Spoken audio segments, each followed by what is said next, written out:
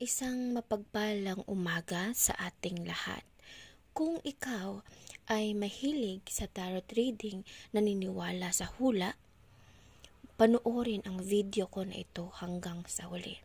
Dahil ito po ay isang importanteng mensahe sa inyong lahat. Napansin nyo ba na ang daming biglang nagsulputan na tarot reader dito sa TikTok?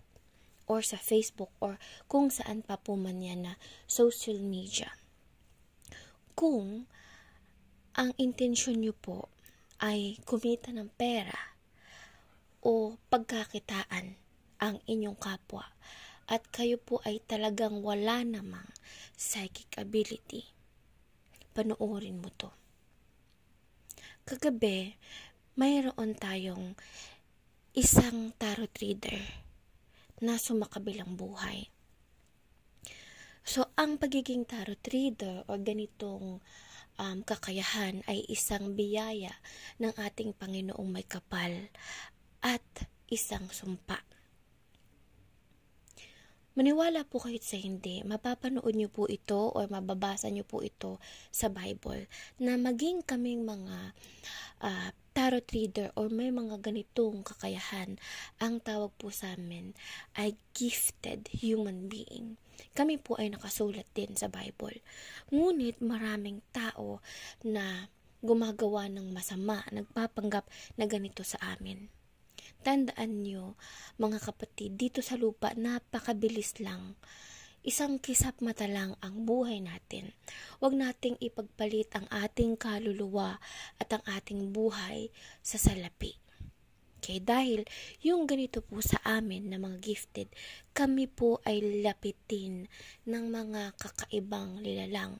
Kung ikaw ay magtatarot reading na wala ka naman talagang gift na katulad ng sakin, matakot ka sa iyong buhay, sa iyong kaluluwa, at sa iyong pamilya.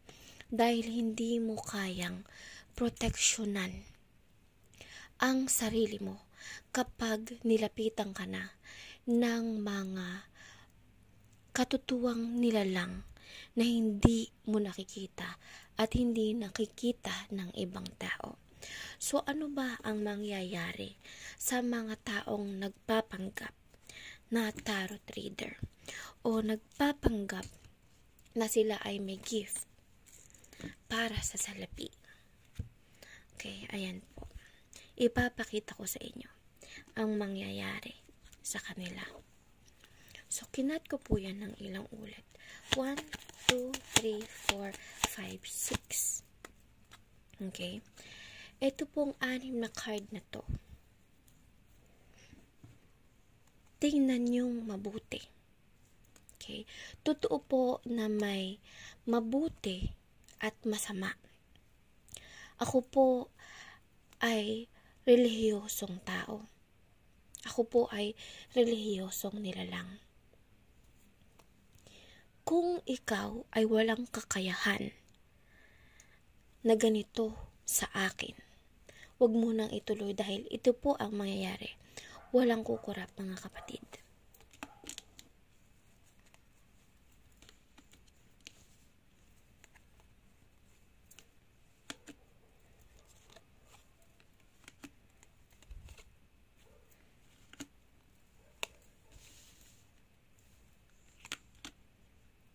Yan ang mangyayari. Alam mo na kung bakit sinabi kong ito ay isang biyaya at isang sumpa. Ipapaliwanag ko po sa inyo. Kung kayo ay walang kakayahan at para lang sa pera, lalapitan nila kayo. Kukuhanin niya ang kaluluwa mo. At hindi ka na mai-incarnate. Makukulong ka. Makukulong ka sa lugar na ito. Kaya may mga tarot reader dito na mapapansin nyo bigla na lang hindi nag-upload dahil ito na ang nangyari sa kanila. Dahil sila ay nandito na sa sitwasyon na ito. Huwag nyo pong ipagpalit ang inyong kaluluwa sa pera.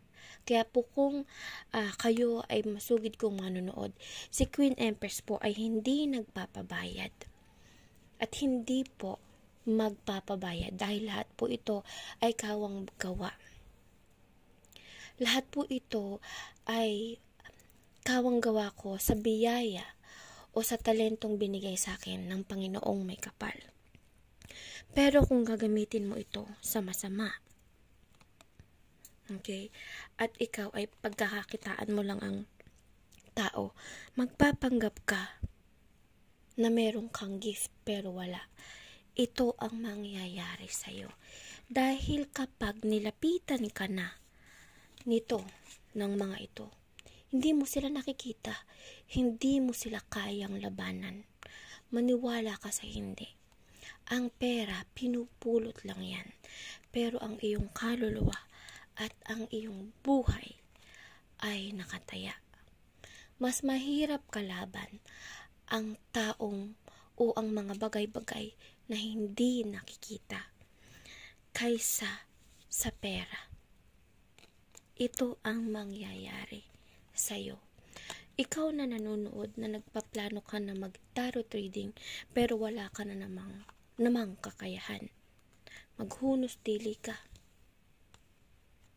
Dahil hindi mo alam ang pinapasok mo. Totoo po na kami ay pwedeng pumanig sa mabuti o sa masama. Ako po, pinili ko po na pumanig sa mabuti. Kaya po ako hindi po naniningil, hindi po nagpapabayad. Lahat po ng inyong binibigay ay idinodonate po natin yan sa mga bahay ampunan. Sa pagtatarot reading, kung kayo ay mahilig lamang manood, tama naman po yan. Wala pong masama dyan. Okay? Ang masama po ay yung mangloko po kayo ng kapwa nyo at magpanggap kayo na isa sa mga katulad ko dahil kayo po ay exposed sa mga ito. Okay? Kapag kayo po ay nilapitan na mga ito, hindi nyo po sila nakikita, hindi nyo po kayang protektahan ang sarili nyo. Hindi nyo po kayang gamutin ang sarili nyo. Hindi ko po katulad na kaya kong protektahan ang sarili ko sa mga ganitong mga bagay-bagay. Kaya kung ikaw ay nagbabalak na mag-tarot reading, pag-isipan mong mabuti. Lahat po tayo ay may intuition, pero may mga tao po talagang sadyang gifted. Lahat po ay may kakayahan na makiramdam o ang tinatawag po natin na intuition. Okay?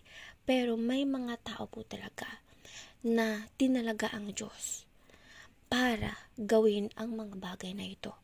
Kung ikaw ay gumagawa nito para lang sa pera, matakot ka. Hindi para sa sarili mo, kundi para sa pamilya mo at sa kaluluwa mo. Dahil hindi mo alam kung anong mundo ang ipinapasok mo. Hindi mo alam kung anong mundo ang gagalawan mo kapag sinimulan mo to. Lalo na kung normal ka lamang na tao.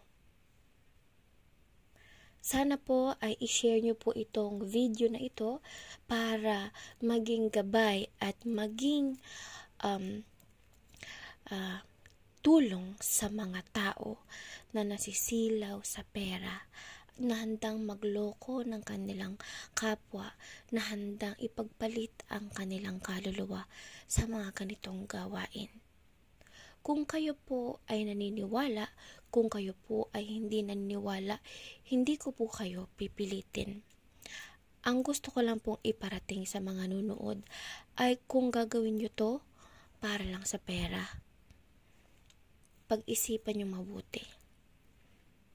Dahil hindi nyo alam kung gaano kalawak ang totoong mundo kumpara sa mundong ginagalawan nyo. Please share and follow this live for guidance. Watch my live every night. Tandaan, hindi po nagpapabayad si Queen Empress. Please follow and share. Maraming salamat po.